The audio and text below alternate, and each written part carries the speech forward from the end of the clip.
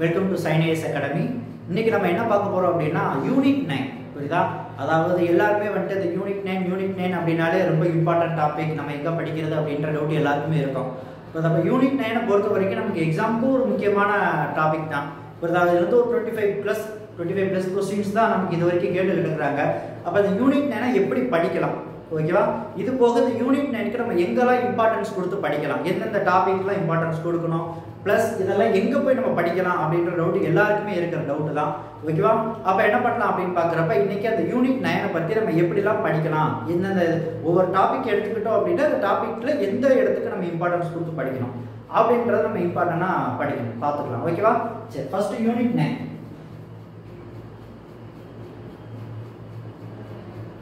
Unit 9 நம்ம எல்லாருக்குமே தெரிஞ்சதுதான். அதே போக இன்னொன்று சொல்லணும். இப்போ டிஎன்பிஎஸ்சி குரூப் 1 படிக்கிற இந்த பிகினர்ஸ் இருக்கிறீங்க அப்படின்னா இந்த சிலபஸை ஃபர்ஸ்ட் வந்து என்ன படிக்குவாங்க அப்படின்னா நீங்கள் பிரிண்ட் போட்டு கையில் வச்சுக்கோங்க. எப்பயுமே வந்து சிலபஸ் கையில் இருக்கணும். இப்போ எப்போல்லாம் உங்களுக்கு சப்ஜெக்ட் நீங்கள் ஒன்று படிக்கிறீங்க அப்படின்னா அதெல்லாம் சிலபஸில் கவர் ஆகுதா அப்படின்றத பார்க்கணும். சும்மா உட்காந்துட்டு நான் புக்கை படித்தேன் எல்லாத்தையும் படிச்சுக்கிட்டே இருக்காது. சிலபஸ் நீங்கள் படிக்கிற டாபிக் சிலபஸில் கவர் ஆகுதா அப்படின்றத நீங்கள் தெளிவாக பார்த்துட்டு நீங்கள் படிக்கணும். அப்போ என்ன பண்ணால் எப்பயுமே உங்களுக்கு வந்து அந்த சிலபஸ் அப்படின்றது கையில் இருக்கணும். பிரிண்ட் போட்டு கையில் வச்சுக்கோங்க. மொபைல் ஃபோனில் பிடிஎஃப் இருக்குது, அதெல்லாம் தேவையே கிடையாது. புரியுதா? அப்போ நீங்கள் என்ன பண்ணுறீங்கன்னா மொபைல் ஃபோனில் பிடிஎஃப் பார்க்க போகிறேன் அப்படின்ற ஒரு நேரத்தில் அப்படியே வாட்ஸ்அப், இன்ஸ்டாகிராமு அப்படின்ட்டு ஒரு அரை மணி நேரம் போய்க்கிறோம். அப்போ என்னன்னா எப்பயுமே உங்களுக்கு வந்து என்ன இருக்கும் அப்படின்னா கையில் பிடிஎஃப் நம்ம பிரிண்ட் போட்டு என்ன பண்ணிக்கணும் அப்படின்னா நீங்கள் இந்த பிடிஎஃப் சிலபஸ் எல்லாம் வச்சுக்கணும், ஓகேவா? சரி, அப்போ இதுக்கு முன்னாடி போன குரூப் 1 அப்படின்னு பார்க்குறப்ப, ஓகேவா, போன குரூப் 1ல நமக்கு யூனிட் 9ல இருந்து ஒரு 25 பிளஸ் கொஸ்டின்ஸ் கேட்டிருக்காங்க, புரியுதா? அப்போ இது இம்பார்ட்டனா அப்படின்னா கண்டிப்பாக இம்பார்ட்டனாக படிச்சு தான் ஆகும், புரியுதா? இப்போ இன்னொன்று என்ன, என்னோட ஐடியா, என்னோட சஜஷன் என்னவா இருக்கு அப்படின்னா, புரியுதா, யூனிட் 9 பொறுத்த வரைக்கும் புரியுதா ஸ்கூல் புக்ஸில் ஒரு 50% கவர் ஆகும், புரியுதா? பேலன்ஸ் 50% நீங்கள் என்ன பண்ணால் வெளியே தான் போகணும், புரியுதா? இதுக்கு சோர்ஸஸ்லாம் கிடையாது, வெளியே தான் போகணும்.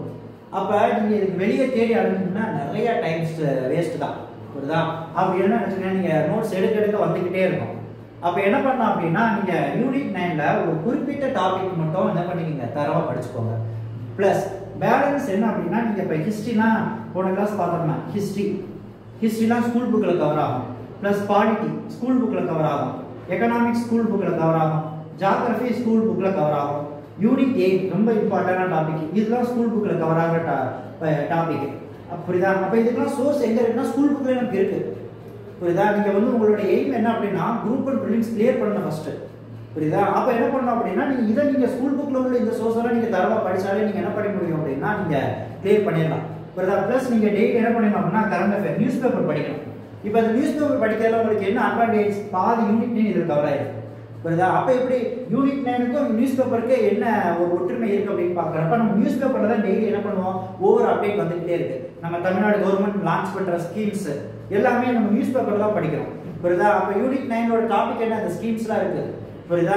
அப்போ நம்ம அந்த யூனிட் 9ல கரண்ட் அஃபேர் படிக்கிறதா இருக்கும், அதாவது டெய்லி நியூஸ் பேப்பர் படிக்கிறது மூலமா கரண்ட் அஃபேரும் நமக்கு என்ன ஆயிரும், கவர் ஆயிரும். பிளஸ் என்ன அப்படின்னா யூனிட் 9 அப்படின்ற டாபிக்கும் நம்மளுக்கு கவர் ஆயிரும், புரியுதா? நான் இது வந்து என்னோட சஜஷன். நீங்க வந்து யூனிட் 9 நீங்க வெளியே தேடினா கையில இவ்வளவு இருக்கும்போது நம்ம இல்லாத ஒன்றுக்கு தேடி அலையக்கூடாது, புரியுதா? நீங்கெல்லாம் இப்போ யூனிட் 8 இப்போ பார்த்தீங்கன்னா ஒரு 45 பிளஸ் 40 வச்சுக்கலாம், ஓகேவா? 40 பிளஸ் வரும். ஹிஸ்ட்ரியிலேருந்து ஒரு 30 பிளஸ் வரும். பாலிட்டிலேருந்து ஒரு 25 பிளஸ் வரும். எக்கனாமிக்ஸ்லேருந்து ஒரு 20, ஜியாகிரஃபிலேருந்து ஒரு 20. அப்போ இதெல்லாம் நீங்கள் தரவாக படிச்சிங்கனாலே உங்களால் என்ன பண்ண முடியும் அப்படின்னா ஒரு 120 பிளஸ் எடுத்துடலாம், புரியுதா? இதை விட்டுட்டு நீங்கள் அதாவது ஸ்கூல் புக்கில் இவ்வளோ இருக்கும்போது இல்லாத ஒன்று தான் நமக்கு யூனிட் 9. அப்போ அதை தேடி வெளியே அலையிற போது நம்ம என்ன பண்ணோம்னா படித்த இதெல்லாம் நம்ம போட்டு விட்டுறோம், புரியுதா? அதாவது கையில் எல்லாமே சோர்ஸை வச்சுக்கிட்டு இல்லாத ஒன்றுக்காக நம்ம தேடி இருக்கிற ஒன்று நம்ம இழந்துடக்கூடாது, புரியுதா? அதனால இது என்னோட சஜஷன். இல்லை எனக்கு வந்துட்டு எக்கனாமிக்ஸ்லாம் பிடிக்காது, எனக்கு யூனிட் 9 பிடிக்கும் அப்படின்னா ஓகே, உங்களோட சாய்ஸ் தான்.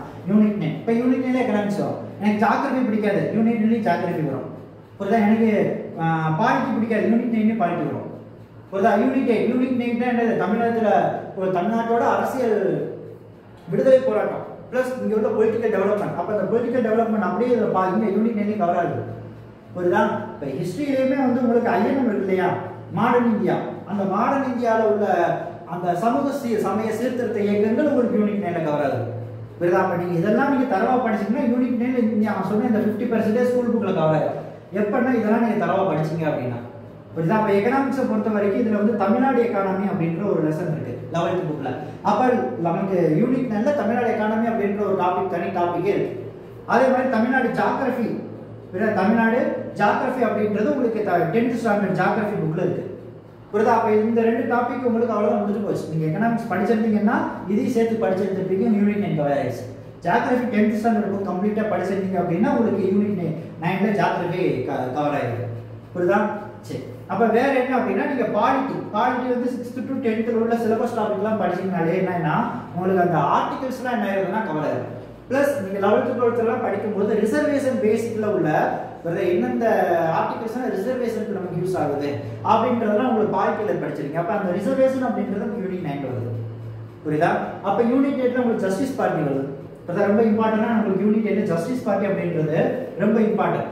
புரியுதா? நீதி கட்சி. புரியுதா? அப்ப இந்த நீதி கட்சி அப்படின்றப்ப நீங்க யூனிட் 8ல நீதி கட்சியை பத்தி பாப்பீங்க.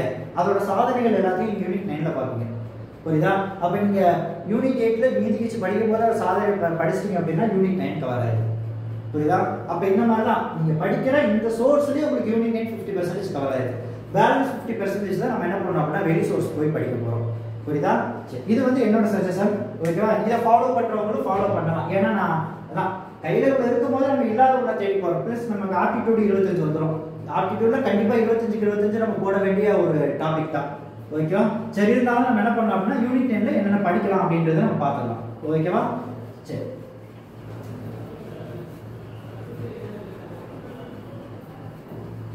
சரி, ஓகேவா? அப்ப இதுல ஃபர்ஸ்ட் டாபிக் என்ன அப்படின்னு பாக்குறப்ப மனிதவள மேம்பாடு. புரியுதா? HDI தான். புரியுதா? மனிதவள மேம்பாட்டு குறியீடு. புரியுதா? அப்ப இந்த மனிதவள மேம்பாட்டு குறியீட நீங்க இதெல்லாம் எக்கனாமிக்ஸ் புக்ல கவர் ஆகும். புரியுதா? அப்ப நீங்க இதெல்லாம் நீங்க எப்படி போய் படிக்கலாம், இந்த மனிதவள மேம்பாட்டுல என்ன இம்பார்ட்டன்ஸ் கொடுக்கணும் அப்படின்றத நீங்க பார்க்கணும். புரியுதா? அப்ப மனிதவள மேம்பாட்டு குறியீடை எப்படி, அதோட இண்டிகேட்டர்ஸ். புரியுதா? அதோட இண்டிகேட்டர்ஸ்னா என்ன, இது எப்படி மெஷர் பண்றாங்க. புரியுதா? இதை மெஷர் பண்றதுக்கு என்னெல்லாம் எடுத்துக்கிறாங்க, ஹெல்த், ஓகேவா, எஜுகேஷன், அது போக வந்துட்டு பெர் கேபிட்டா இன்கம், ஓகேவா, இதெல்லாம் எடுத்துப்பாங்க. அப்ப இந்த இது புரியுதா? பிளஸ் இந்த மனிதவள குறியீட்டுல ஃபர்ஸ்ட், புரியுதா, HDIல ஃபர்ஸ்ட் நாடு எந்த நாடு இருக்கு, செகண்ட் என்ன நாடு இருக்கு, புரியுதா?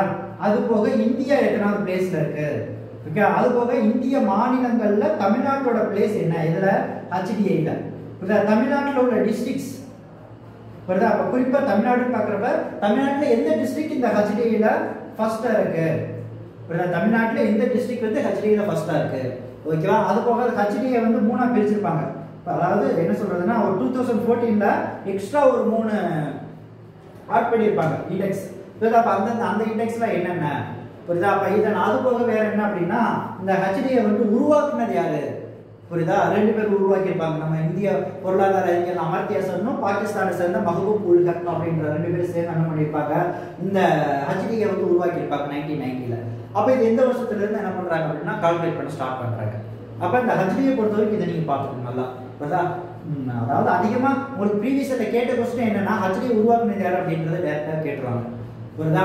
இப்போ நமக்கு இத நான் யூனிட் 9 அப்படின்ற தனி டாபிக்கா கொடுத்ததனால நீங்க இதுல இம்பார்ட்டன்ஸ் அதிகமா கொடுக்க வேண்டியது எதுக்குன்னா இந்த தமிழ்நாடு. ஓகே, அதே மாதிரி நீங்க HDI படிக்கும் போதே என்னன்னா இந்த ஃபுட் செக்யூரிட்டி இண்டெக்ஸை பத்தி நீங்க என்ன பண்ணணும் அப்படின்னா சேர்த்து படிச்சிடணும். புரியுதா? அது போக சைல்டு டெவலப்மெண்ட் இண்டெக்ஸ், புரியுதா? இந்த இண்டெக்ஸையும் நீங்க என்ன பண்ணணும்னா சேர்த்து படிச்சிடணும். இப்ப இந்த மாதிரி இண்டெக்ஸ்ல எல்லாம் என்ன அப்படின்னா நமக்கு கொடுத்துருப்பாங்க கவர்மெண்டோட அவங்களோட பிடிஎஃப்ல என்ன இருக்கு அப்படின்னு பாக்குறப்ப ஃபர்ஸ்ட் 5 டிஸ்ட்ரிக்ட், லாஸ்ட் 5 டிஸ்ட்ரிக்ட். இதுல நீங்க என்ன பண்ணுங்கன்னா இந்த ஃபர்ஸ்ட் ஒரு 3 டிஸ்ட்ரிக்டை படிச்சுக்கோங்க. அதே மாதிரி இந்த லாஸ்ட் 3 டிஸ்ட்ரிக்டை நல்லா படிச்சுக்கோங்க ஒவ்வொரு இண்டிகேட்டர்ஸ்லுமே. HDI அப்படின்னா தமிழ்நாட்டில் HDIல எந்த மாவட்டம் வந்து முதலிடத்துல இருக்கு, கடைசி எந்த மாவட்டம் இருக்கு, ஓகேவா? அதே மாதிரி தான் இந்த மாதிரி எஜுகேஷன் இண்டெக்ஸ், லைஃப் இண்டெக்ஸ், புரியுதா? அப்புறம் GER, கிராஸ் என்ரோல்மெண்ட் ரேஷியோ, இந்த ஒவ்வொரு இதுலயுமே வந்துட்டு ஃபர்ஸ்ட் யார் இருக்கா, லாஸ்ட் யார் இருக்கா, புரியுதா? அப்ப இந்த மாதிரி இதை மட்டும் நீங்க நல்லா பாத்துக்கோங்க. எதுல அப்படின்னா HDIல. அப்ப HDIக்கு அப்புறம் என்ன டாபிக் வந்துடும் அப்படின்னு பாக்குறப்ப உங்களுக்கு அந்த சமூக மறுமலர்ச்சி இயக்கங்களை தான் பாப்பீங்க. புரியுதா? தமிழ்நாடு பேசுறா அதை நீங்க யூனிட் 8 நீங்க அதை கவர் பண்ணிருக்கீங்க. புரியுதா? சரி, அப்ப வேற என்ன பார்க்கலாம் அப்படின்னு பாக்குறப்ப அதான் நம்ம அந்த சமூக மறுமலர்ச்சி இயக்கங்கள் அப்படின்றப்ப என்னென்ன வந்துடும் அப்படின்னா நம்ம இவங்கள படிப்போம். அயோத்திதாச பண்டிதர், மறைமலை அடிகர், ஓகேவா. வேற யார் படிப்போம் அப்படின்னா நம்ம ஐயா வைகுண்ட சுவாமிகள், வேற வள்ளலார் படிப்போம், புரியுதா. அப்ப இவங்கள மாதிரி பரிமார் கலைஞர், இப்ப இவங்கள மாதிரி உள்ளவங்கள படிப்போம், புரியுதா. இதெல்லாம் நீங்க யூனிட் 8 நீங்க கம்பல்சரி படிக்க வேண்டிய டாபிக். இதெல்லாம் இந்த டாபிக்லாம் நீங்க படிக்காம குரூப் ஒன்று கண்டிப்பா போயிடாதீங்க. கண்டிப்பா இந்த டாபிக்ல இருந்து உங்களுக்கு கொஸ்டின்ஸ் இருக்கும். அதே மாதிரி தான் இந்திய மறுமலர்ச்சி இயக்கங்கள், ராஜா ராம்மோகன் ராய், புரியுதா, ஆத்மீய சபா, அது போக ஆரிய சமாஜம், பிரம்ம சமாஜம், புரியுதா. அப்ப இந்த மாதிரி இதெல்லாம் நீங்க கண்டிப்பா படிச்சு தான் போயிருக்கணும் எக்ஸாமுக்கு. இதெல்லாம் படிக்காம எக்ஸாம் தயவு செஞ்சு போயிடாதீங்க, புரியுதா. அப்புறம் நம்ம யூனிட் என்ன அதை முடிஞ்சிடும். வேற என்ன அப்படின்னு பாக்குறப்ப இடஒதுக்கீடு. இந்த இடஒதுக்கீடு அப்படின்றப்ப உங்களுக்கு 11th புக்ல இடஒதுக்கீடு, 11th பொலிட்டிக்கல் சயின்ஸ்ல இடஒதுக்கீடு கவர் ஆகும், புரியுதா. அப்ப இடஒதுக்கீடுமே நீங்க என்ன அப்படின்னு பாக்குறப்ப, புரியுதா, ரொம்ப இதோட வரலாறு, பேக்வர்ட் ஹிஸ்டரி அப்படின்லாம் ரொம்ப வர வேணாம். ஷார்ட்டா என்ன பண்ணிக்கோங்க, நீதி கட்சியில இருந்து ஆரம்பிங்க. இந்த நீதி கட்சியில அந்த முதல்ல அந்த communal reservation, first 2 communal reservation கொடுத்துருப்பாங்க. அது எந்த வருஷம்? அது போக கோட்டா முறையை யார் அறிமுகப்படுத்தினா? முத்தையா முதலியார் வந்து கோட்டா முறை அப்படின்றத அறிமுகப்படுத்தினார் எந்த வருஷம், புரியுதா.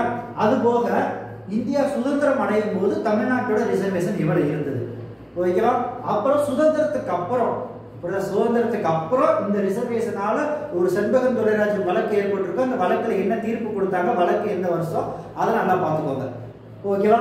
இதுக்கப்புறம் இந்த ரிசர்வேஷன் எப்படிலாம் ஒவ்வொரு முதலமைச்சர்களோட தலைமையில எப்படி இந்த ரிசர்வேஷன் அப்படின்றது வந்து டெவலப் ஆகுது, கரண்டா எப்படி நிற்குது. பிளஸ் அடிஷனலா வேற என்ன பார்த்துக்கணும் அப்படின்னா, நமக்கு மெடிக்கல் இருக்கு இல்லையா. இப்ப நம்ம எல்லாருமே கேள்விப்பட்டதான், புரியுதா. அதாவது மருத்துவத்துல அரசு பள்ளியில படிச்சிருந்தா 7.5 இடஒதுக்கீடு, புரியுதா. அப்ப நீங்க இந்த 7.5ன்றது எல்லாருக்கும் தெரியும். இந்த இடஒதுக்கீடு பரிந்துரை செய்தது எந்த கமிட்டி, எந்த குழு, அந்த குழு எவ்வளவு பரிந்துரை செய்தது, புரியுதா. அந்த குழு பரிந்துரை செய்தது எவ்வளவு, அது போக நம்ம தமிழ்நாடு அரசு கொடுத்தது எவ்வளவு, புரியுதா. இந்த மாதிரி குழுக்கள், புரியுதா, இடஒதுக்கீடு சம்பந்தமா அமைக்கப்பட்ட குழுக்கள் என்னென்ன. அது போக வந்துட்டு இந்த பிற்படுத்தப்பட்டவர்களுக்காக தமிழ்நாட்டில் அமைக்கப்பட்ட முதல் ஆணையம் என்னது, அந்த ஆணையம் அமைக்கும் போது தமிழ்நாடு முதலமைச்சர் யாரு, இரண்டாவது ஆணையம் அமைக்கும் போது தமிழ்நாடு முதலமைச்சர் யாரு, அதே மாதிரி பிற்படுத்தப்பட்ட வகுப்பிற்காக இந்திய அளவில் முதல் ஆணையம் எந்த வருஷம் யார் அமைச்சா, புரியுதா. அப்ப அதெல்லாம் நீங்க இந்த இடஒதுக்கீடு அப்படின்ற டாபிக்ல என்ன பண்ணிக்கோங்க, பார்த்துக்கோங்க, புரியுதா.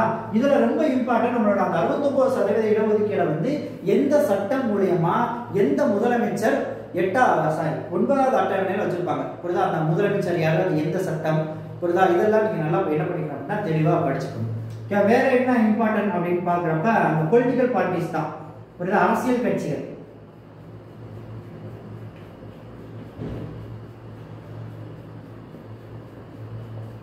அரசியல் கட்சிகள். அப்ப அரசியல் கட்சிகளை பொறுத்த வரைக்கும் இதுவுமே என்ன அப்படின்னா டைரக்டா நீங்க ஃபர்ஸ்ட் வந்து பொலிட்டிக்கல் பார்ட்டிஸ்னா என்ன அப்படின்றத ஃபர்ஸ்ட் எல்லாருமே தெரிஞ்சுக்கணும். தமிழ்நாட்டு, அதாவது இந்தியாவில் நம்ம எந்த மாதிரி ஒரு பொலிட்டிக்கல் பார்ட்டி அப்படி சிஸ்டம் வந்து நம்ம இப்போ ஃபாலோ பண்றோம், புரியுதா. ஒரு சில நாடுகள்ல ஒரே ஒரு கட்சி தான் இருக்கும், ஒரு சிலர் 2 இருக்கு, ஒரு சிலர் 3க்கும், அதாவது 2க்கும் மேற்பட்டது. அப்ப நம்மலாம் பார்க்கறப்ப 2க்கும் மேற்பட்ட கட்சிகள் தான் இருக்குது. அதே மாதிரி ஒரு கட்சி தேசிய கட்சியை அங்கீகரிக்கிறதுக்கு அவங்களுக்கு என்ன தகுதி வேணும், மாநில கட்சியா அங்கீகாரம் வாங்குறதுக்கு அவங்களுக்கு என்ன தகுதி வேணும், ஓகேவா. அது போக இந்த அரசியல் கட்சிகளுக்கான சின்னங்கள் இருக்கு இல்லையா, அதெல்லாம் நல்லா படிச்சுக்கோங்க. அது போக எந்த மாதிரி சின்னங்கள்ல ஒதுக்கீடு செய்யக்கூடாது, அதாவது தேர்தல் ஆணையம் எந்தெந்த சின்னங்கள்ல ஒதுக்கீடு செய்யாது அப்படின்ற சின்னங்களையும் நல்லா பார்த்துக்கோங்க. இதை பார்த்ததுக்கு அப்புறம் என்ன அப்படின்னா நீதி கட்சியிலிருந்து ஆரம்பிக்கும். அப்ப நீதி கட்சினா நீதி கட்சியோட சாதனைகள், புரியுதா. அப்ப நீதி கட்சியோட சாதனைகள் பார்த்தாச்சா. அதுக்கப்புறம் நம்ம காங்கிரஸோட கட்சியில, காங்கிரஸ் ஆட்சினா ராஜாஜி வருவார். விடுதலைக்கு முன்னாடி ராஜாஜியோட ஆட்சியில என்ன சாதனை, விடுதலைக்கு அப்புறம் அந்த காங்கிரஸ் ஓமந்தூர் ராமசாமி இவங்கெல்லாம் வந்துருவாங்க, புரியுதா. அப்ப அவங்களோட அந்த காங்கிரஸ் விடுதலைக்கு அப்புறம் இதுல நீங்க குறிப்பா பார்க்க வேண்டியதுன்னா ராஜாஜி நல்லா பார்த்துக்கணும். அது போக காமராஜர். இப்ப நம்ம காமராஜரை பத்தி பார்த்தோம்னா நமக்கு தெரியும், மதிய உணவு அப்படின்றத நம்ம பார்த்துருப்போம். இப்ப மதிய முதல் அமல்படுத்துறது இங்க, புரியுதா. மதிய உணவை முதல் அமல்படுத்தினது எட்டயபுரம், புரியுதா. அதை நல்லா பார்த்துக்கோங்க. இது போக நம்ம காமராஜர் கட்டின அணைகள் என்னென்னது, புரியுதா. வேற கல்விக்காக என்னென்ன திட்டங்கள் கொண்டு வந்திருந்தாரு, புரியுதா. அது போக இவரோட காலத்துல வந்து நம்ம தமிழ்நாட்டில் அமையப்பட்ட தொழிற்சாலைகள் என்னென்ன, இந்த தொழிற்சாலைகள் எங்கெங்க இருக்கு, இது எந்த வெளிநாட்டோட உதவியால தான் இந்த தொழிற்சாலைகள்லாம் இங்க வந்து அமையப்படுது. அப்ப எந்தெந்த வெளிநாட்டோட ஃபண்டுல என்னென்ன இண்டஸ்ட்ரீஸ்ல தமிழ்நாட்டில் வந்து உருவாகுது அப்படின்றத நீங்க காமராஜர் அப்படின்றப்ப இதை நல்லா பார்த்துக்கணும். பிளஸ் என்னென்ன அணைக்கட்டுகள், அணைக்கட்டுகள் எந்தெந்த ஆற்றங்கரையில, அதாவது ஆற்றின் குறுக்கே இருக்குது அப்படின்றத நான் பார்த்துக்கோங்க. அரசியல் கட்சி. அது போக என்ன பண்ணுங்க, திமுக ஆட்சி. இப்ப திமுக தான் அண்ணா முக்கியம். அது போக அண்ணா நமக்கு என்னது 1967 இருந்து 69 2 வருஷம் தான் அண்ணா. இப்போ அண்ணா அந்த 2 வருஷத்துல ரொம்ப இருக்கும். தமிழ்நாடுன்ற பேர் மாத்திருப்பாரு, சத்தியமேவ ஜெயதேவ வாய்மையை வெல்லும் மாத்திருப்பாரு, தமிழ்நாடு இந்த மாதிரி நிறைய அண்ணா கொண்டு வந்திருப்பாரு. புரியுதா? அப்ப அண்ணாவோட ஆட்சியில என்ன இருக்குது, கருணாநிதி ஆட்சி. அப்ப கருணாநிதி ஆட்சியில என்னெல்லாம் கொண்டு வந்தாங்க அதுதான் ரொம்ப இம்பார்ட்டன்ட். திமுக அண்ணா, அதுக்கப்புறம் கருணாநிதி. புரியுதா? அப்ப ரொம்ப இம்பார்ட்டன்ட். அதே மாதிரி அதிமுக. அப்ப அதிமுக யாரு, நம்ம ஃபர்ஸ்ட் எம்ஜிஆர் பார்க்கணும். புரியுதா? அப்ப எம்ஜிஆரோட ஆட்சி காலத்துல மதிய உணவு சத்துணவு திட்டமா அறிமுகப்படுத்தியிருப்பாரு. புரியுதா? அப்ப அந்த இதெல்லாம் பார்க்கணும். இன்னொன்று உங்களுக்கு என்ன ப்ளஸ் பாயிண்ட்னா, அதிமுக ஆட்சி திமுக ஆட்சி இதெல்லாம் படிக்கிறப்ப இவங்கெல்லாம் அந்த ஒரு சில நலத்திட்டங்கள்லாம் கொண்டு வந்திருப்பாங்க இல்லையா? அப்ப இந்த இது எல்லாமே இடஒதுக்கீடு சேர்ந்து வந்துடும். புரியுதா? கருணாநிதி அவரோட நலத்திட்டங்கள் அப்படின்றப்ப இடஒதுக்கீட்டுல தமிழ்நாடு நம்ம கருணாநிதி என்னெல்லாம் கொடுத்தாரு அப்படின்றது வரும். அதே மாதிரி அதிமுக எம்ஜிஆர் பார்க்குறப்ப எம்ஜிஆர் காலத்துல இடஒதுக்கீடுக்காக அவர் என்ன பண்ணாருன்னு வரும். அது போக கருணாநிதி பெண்களுக்காக என்னென்ன என்ன திட்டங்கள் கொண்டு வந்தாரு, குழந்தைகளுக்காக கொண்டு வந்த திட்டம், முதியோர்களுக்காக திட்டம் கொண்டு வந்த திட்டம், அதே மாதிரிதான் அதிமுக ஆட்சியில. அப்ப இதெல்லாம் உங்களுக்கு எதுல கவர் ஆயிருது அப்படின்னு பாக்குறப்ப உங்களோட திட்டங்கள்லாம் படிக்கும் போதே சமூக நல திட்டங்கள்ல உங்களுக்கு என்ன சோசியல் வெல்ஃபேர் ஸ்கீம்ஸ் அப்படின்ற ஒரு டாபிக் யூனிட் இருக்கு. அப்ப அந்த டாபிக்ல உங்களுக்கு இவங்களோட இந்த இது அரசியல் கட்சி படிக்கும் போதே உங்களுக்கு இதுவும் சேர்ந்து கவர் ஆயிடும். ஓகேவா? வேற என்ன இம்பார்ட்டன்ட் அப்படின்னா, ஏற்கனவே நான் சொன்னதுதான் தமிழ்நாட்டு பொருளாதாரம், அடுத்து தமிழ்நாட்டு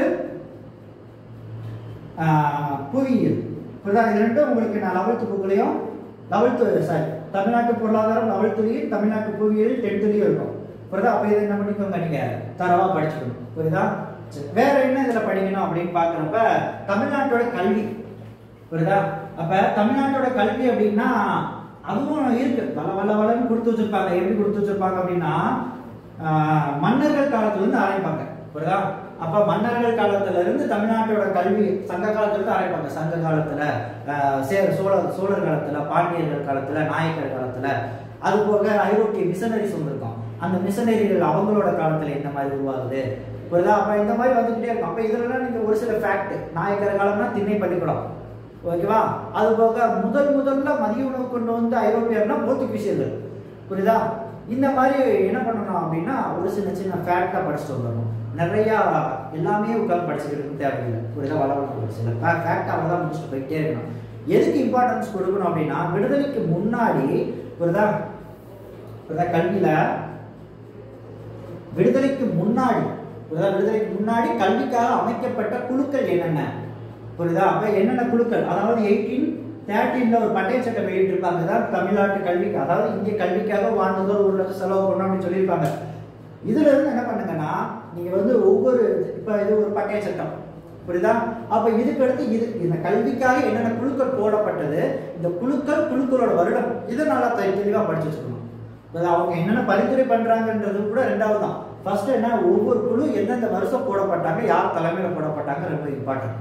இதே மாதிரி விடுதலைக்கு முன்னாடி, விடுதலைக்கு பின்னாடி, இதுல நமக்கு ரொம்ப இம்பார்ட்டன்ஸ் கொடுக்க வேண்டியது விடுதலைக்கு பின்னாடி என்னென்ன குழுக்கள். புரியுதா? அதே மாதிரி இந்த தேசிய கல்விக் கொள்கை, இதெல்லாம் நம்ம இம்பார்ட்டன்ஸா நம்ம என்ன பண்ணோம் அப்படின்னா படிக்கணும். ஓகேவா? அப்ப கல்வி. அது போக தமிழகத்துல சுகாதாரம் அப்படின்றப்ப இந்த சுகாதாரத்தை என்ன பண்ணிருப்பாங்கன்னா 3ஆ பிரிச்சிருப்பாங்க. முதல் நிலை, இடைநிலை, அதாவது பிரைமரி, செகண்டரி, டெரிசரி அப்படின்ட்டு. முதல் நிலை, 2ஆம் நிலை, 3ஆம் நிலை அப்படி. அப்ப முதல் நிலை அப்படின்றப்ப இந்த பிரைமரி ஹெல்த் சென்டர்ஸும், அப்புறம் சப் ஹெல்த் சென்டர்ஸ் அப்படின்றது, அப்புறம் கம்யூனல் ஹெல்த் சென்டர்ஸ் அப்படின்றதெல்லாம் வரும். 2ஆம் நிலை அப்படின்னு பாக்குறப்ப இந்த மல்டி ஸ்பெஷாலிட்டி ஹாஸ்பிட்டலை தவிர பேலன்ஸ் இருக்கிற ஹாஸ்பிட்டல் எல்லாமே 2ஆம் நிலையில வந்துடும். 3ஆம் நிலை ஃபுல்லாமே மல்டி ஸ்பெஷாலிட்டி. புரியுதா? அப்ப போனோம்னா எல்லாத்துக்குமே சிகிச்சை இருக்கும். புரியுதா? அப்ப அந்த மாதிரி ஹாஸ்பிட்டல். இது போக இந்த சுகாதாரம் தமிழ்நாட்டில் அதை எப்படி இயக்குறாங்க, ஒவ்வொன்றும் எந்தெந்த கட்டுப்பாட்டுல இருக்கு. புரியுதா? ஒவ்வொரு டைரக்டரேட் இயக்குநரகம் இருக்கும்.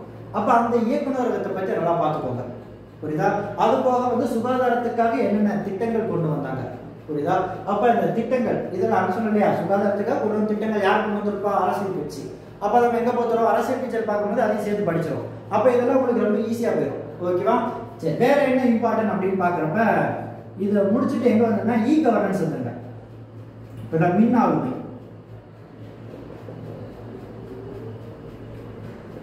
மின்னாளுகை. புரியுதா? இது இம்பார்ட்டன்ஸ். அப்ப இதுக்கு உங்களுக்கு எங்கேயுமே சோர்ஸ் கிடையாது ஸ்கூல் புக்ல. புரியுதா? அப்ப நீங்க என்ன பண்ணா டைரக்டா கவர்மெண்ட் வெப்சைட்ல இருந்தா எடுத்து எழுதணும். அப்ப இதுக்குமே நீங்க இம்பார்ட்டன்ஸ் கொடுக்க வேண்டியது என்ன அப்படின்னா இந்த ஸ்பெஷல் எக்கனாமிக் ஜோன்ஸ் அப்படின்னு இருக்கும். செஸ் அப்படின்றது இருக்கும். தமிழ்நாட்டில் எத்தனை ஸ்பெஷல் எக்கனாமிக் ஜோன்ஸ் இருக்குன்றத தெளிவாக படிச்சுக்கோங்க. புரியுதா? வேற தமிழ்நாட்டில் இந்த மின்னாளுகை திட்டங்களை நடைமுறைப்படுத்துறது யாரு அப்படின்றது டிஎன் கவர்னன்ஸ் ஏஜென்சி அவங்க தான் நடைமுறைப்படுத்துவாங்க. அப்போ அதை பற்றி எல்லாம் படிச்சுக்கோங்க. இவங்களுக்கான திட்டங்கள்லாம் உருவாக்கி தர்றது இந்த மின்னணு சாதனைகளை உருவாக்குற அந்த எல்காட் அப்படின்ற நிறுவனம். அப்போ அதை நல்லா படிச்சுக்கோங்க. புரியுதா? வேற தமிழ்நாடு விர்ச்சுவல் யூனிவர்சிட்டி அப்படின்னு இருக்கும். இதெல்லாம் பார்த்துட்டு ரொம்ப இம்பார்ட்டன்ஸ் கொடுத்து இந்த ஆப்லாம் ரிலீஸ் பண்ணியிருப்பாங்க. புரியுதா? உழவன் செயலி 2018.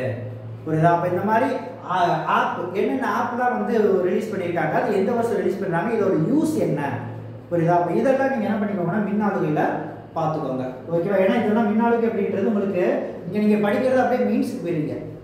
புரியுதா? அதே மாதிரி அந்த பொலிட்டிக்கல் பார்ட்டி அப்படின்றதுல உள்ள நம்ம அரசியல் கட்சிகளோட திட்டங்கள் அப்படியே மெயின்ஸுக்கு வரும் உங்களுக்கு.